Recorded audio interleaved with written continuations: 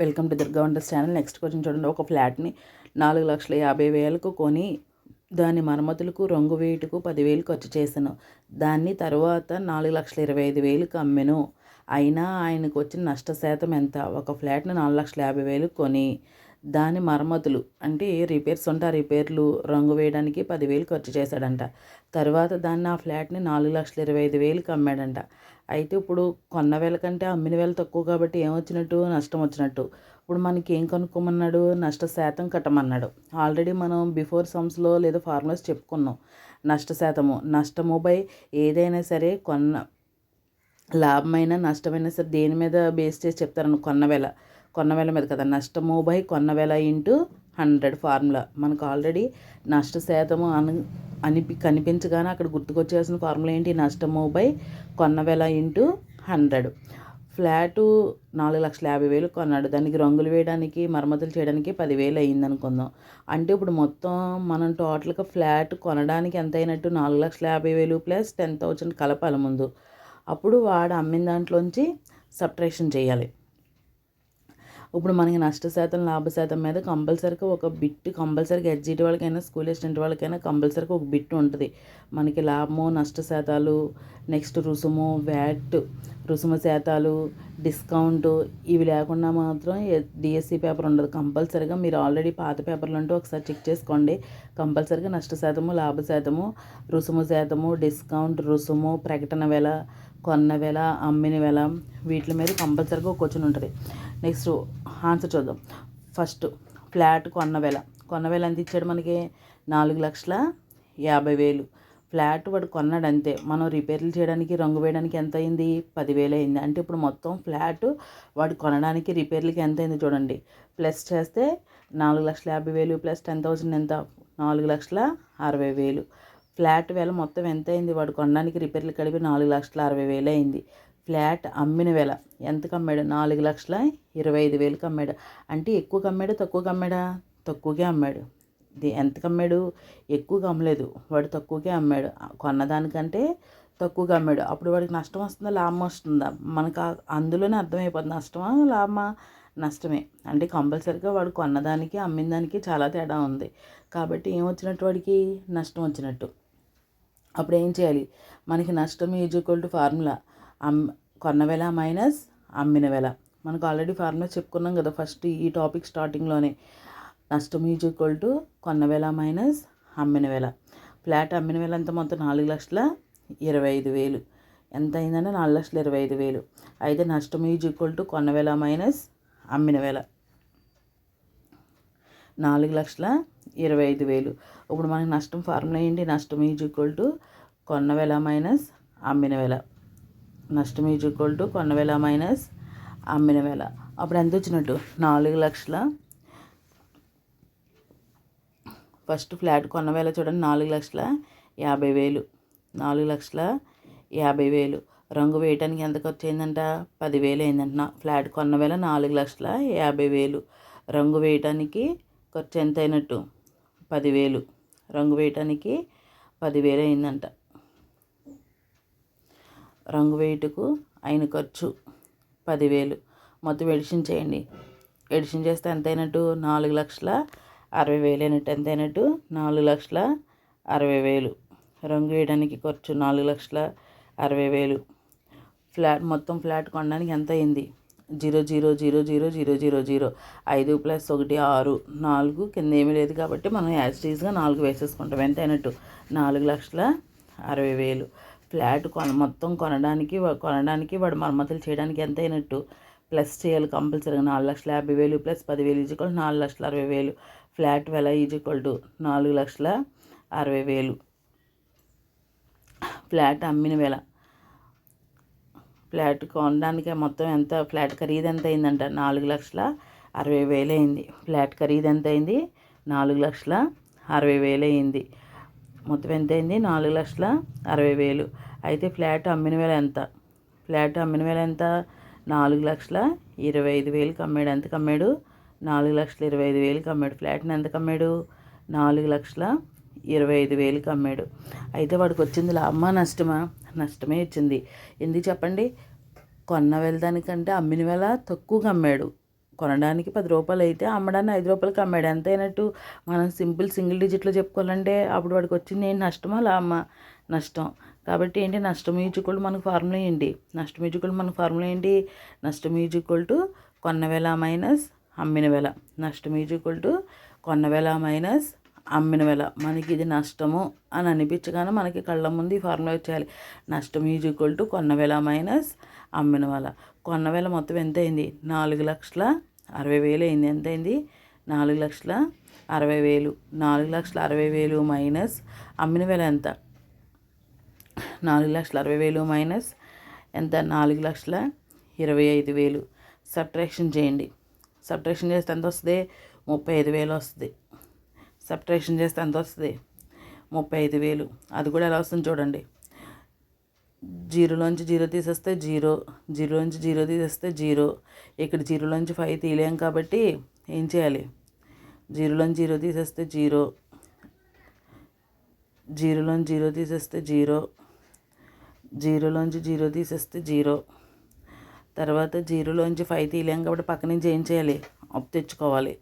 6లోంచి ఒకటి వెళ్ళిపోతే అక్కడ ఎంత ఉంటుంది? 5 ఉంటుంది. ఇక్కడ జీరో కాస్త ఏమవుద్ది? 10 అవుద్ది. 10లోంచి 5 తీసేస్తే 5, 5లోంచి 2 తీసేస్తే 3. 4 మైనస్ 4 ఎంత? 0. 0కి వాల్యూ ఉండదు కాబట్టి 35,000. మొత్తం మనకి ఎంత వచ్చినట్టు? 35,000 వచ్చింది. 4 మైనస్ 4 ఎంత అవుతుంది? 0 అవుతుంది. జీరోకి వాల్యూ ఉండదు కాబట్టి 35,000. ఎంత అయినట్టు? 35,000 వచ్చింది. వాడికి ఎంత నష్టం వచ్చిందంట? 35,000 వచ్చింది. ఇక్కడ ఇది తెలుగులో చెప్పాలంటే అప్పు తీసివేత, బారో సబ్ట్రాక్షన్ అంటాం మనం. ఎంత వచ్చింది? 35,000 వచ్చింది. ఎంత వచ్చింది? 35,000. అయితే ఇప్పుడు నష్ట శాతం ఫార్ములా ఏంటి? నష్ట శాతం ఈజ్వల్ టు నష్టము బై కొన్న వెల ఇంటూ నష్ట శాతం ఈజ్వల్ టు నష్టము బై కొన్న వెల ఇంటూ 100. నష్ట శాతం ఈజ్వల్ టు నష్టము బై కొన్న వెల ఇంటూ 100. ఇది కూడా ఫార్ములా నిత్తిట్లో లేపడినా వచ్చేయాలి. నష్ట శాతం ఈజ్వల్ టు నష్టము బై కొన్న వెల ఇంటూ 100. నష్ట శాతం ఈజ్వల్ టు నష్టము బై కొన్న వెల ఇంటూ 100. నష్ట శాతం ఈజ్వల్ టు నష్టము బై కొన్న వెల ఇంటూ 100. నష్ట శాతం ఈజ్వల్ టు నష్టము బై కొన్న వెల ఇంటూ 100. 35,000. నష్టం ఎంత వచ్చింది? 35,000. 35,000 బై 4,60,000 ఇంటూ 100. క్యాన్సిలేషన్ చూడండి. 0 క్యాన్సిల్, 0 క్యాన్సిల్. ఇంకెంత మిగిలింది మనకి? ఇక్కడ 2 సున్నాలు, ఇక్కడ 2 సున్నాలు క్యాన్సిల్. ఇక్కడ 0 మిగిలింది. ఎంత మిగిలింది? 350/46. 350/46. 46 ఎక్కని డివిజన్ చేయండి. 46 ఎక్కం 46 ఎక్కమంటే 46 ఎక్కమే రాస్తుంది. 46 ఒకట్ల 46, 46 రెండులు, 46 ఇంటూ 2, 2 6 12, 2 4 8 92. అలా మనం మల్టిప్లికేషన్ చేసుకోవడమే. ఇప్పుడు ఎంత మిగిలింది అక్కడ? 350/46. 350/46. 356/46 మిగిలింది. డివిజన్ చూడండి. 46 ఎక్కము 46 ఏళ్ళు 322. 46 ఏళ్ళు 322. 46 ఏళ్ళు ఎంత? 322. 46 ఎక్కం 46 ఏళ్ళు 322. 0లోంచి 2 తీసేయాలి కాబట్టి పక్క నుంచి ఒకటి అప్పు తెచ్చుకోవాలి. 5లోంచి ఒకటి అప్పు వెళ్ళిపోతే ఎంత వస్తుంది? అక్కడ 4 ఉంటుంది, ఇక్కడ 10 ఉంటుంది. 10లోంచి 2 తీసేస్తే 8. 4లోంచి 2 తీసేస్తే 2. కాబట్టి మనకి 28 ఉంది కాబట్టి మనకు పాజిబుల్ కాదు కాబట్టి అక్కడ 7 పక్కన పాయింట్ పెట్టుకుని ఇక్కడ 0 పెట్టుకోవాలి.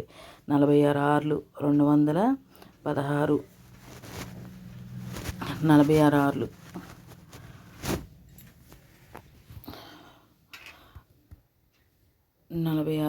216. చూడండి. 76. 10లోంచి తీసేస్తే 6, 8, 4. ఒకటి పక్క కప్పు తెచ్చుకున్నాం కాబట్టి 10లోంచి 6 పోతే 4, 6, 46 ఆర్లు 276. ఇంకా 4 మిగిలింది అక్కడ. యావరేజ్ని ఎంత వస్తుందంటే నష్ట శాతం 7.68% వస్తుందండి. ఎంత వస్తుంది? ఉజ్జాయింపు సుమారుగా వాడికి వచ్చిన నష్ట శాతం ఎంత? 7.68%. ఎంత వచ్చింది? 7.68%. నెక్స్ట్ సెకండ్ మోడల్ చూడండి. అమ్మిన వేళ కనుగొనట. సెకండ్ మోడల్ ఏంటి, అమ్మిన వేళ కొనుగొనుట. ఇప్పుడు మనకి వాడు కొన్న వేళ ఇస్తాడు, లాభం వచ్చిందో నష్టం వచ్చిందో ఇస్తాడు మనకి, కానీ అమ్మిన వేళ చెప్పడు మనకు. ఇప్పుడు అమ్మిన వేళ కొనుక్కోవడానికి ఫార్ములాస్, ఇవి ఓన్లీ ఫార్ములాస్. ఇవి కూడా అంతే, మనకి ఫార్ములాస్ వస్తే ఆటోమేటిక్గా ప్రాబ్లం చూడగానే అర్థమైపోతుంది. అమ్మిన వేళ కొనుగొనుట. అమ్మిన వేళ ఎలా కొనుక్కుంటాం చూడండి. వాడు మనకి ఏమి ఇస్తాడు, క్వశ్చన్లో కొన్న వేళ ఇస్తాడు, లాభశాతం ఇస్తాడు. అమ్మిన వేళకి ఫార్ములా ఏంటి, ఏదైనా సరే కొన్న వేళ లాభశాతం ఇస్తే మనం అమ్మిన వేళ కొనుక్కొనొచ్చు.